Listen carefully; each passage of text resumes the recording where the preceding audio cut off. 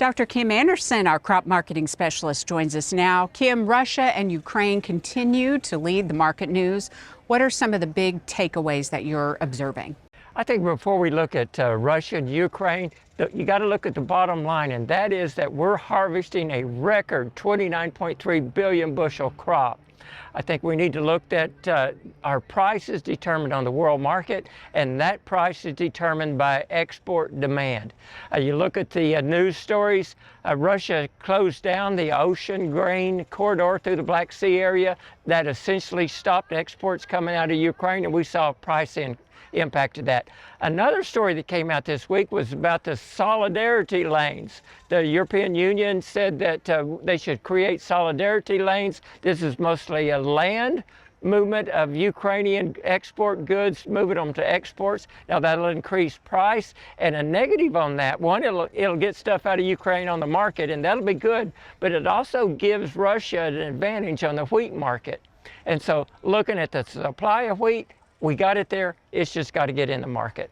Let's get a little more perspective on why Russia and Ukraine, the wheat situation, has such a big impact on prices. Well, it's like I said, what's important is that 7.8 billion bushels of wheat go on the export market. And if you look at the percentages of all of that wheat, you've got Russia at 22%, you've got Ukraine at 9%, at 8%. You know, you've got almost 30% of all wheat, Ukraine and Russia. You can look at the other countries, small amount, that wheat's getting out there. But if you look at bread flour wheat, Russia's got 37% of that market and Ukraine 8%. Now we removed a major part of that 8% of Ukraine's off, and we've seen that price increase. Now, one thing, news deal I didn't talk about was Ukraine said Russia is assuming that all ocean vessels coming into our ports carry military goods. We're going to assume the same on Russia, and we're going to target ships going into their ports,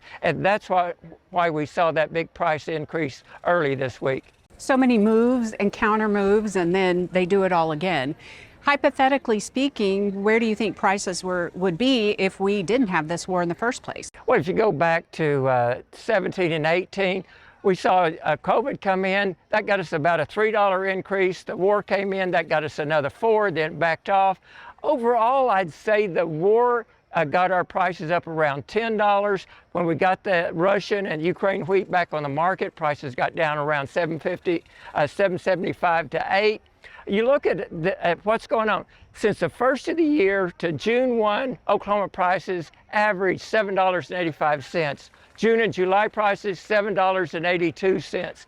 So I think with the wheat coming in the market, that's the way that with the war right now, that's where prices would be. Take Ukraine out, we got that price up to $8.50. It's come back down since then. So without the war, I think we would see prices in the $6.50 to $7 range, but that's my best guess. As we've been talking about, it's 4-H Roundup Week, and you do some programming with young people as well. Yes, last week we did the State 4-H and FFA State Wheat Show. The 4-H participants, they entered 5 pounds of wheat. On that contest, we give away over $8,000 in 4-H scholarships and probably another $1,000 in cash awards. That's a great program for these farm kids to learn the importance of producing a quality wheat product. For sure. Okay, Kim, thanks a lot. We'll see you next week.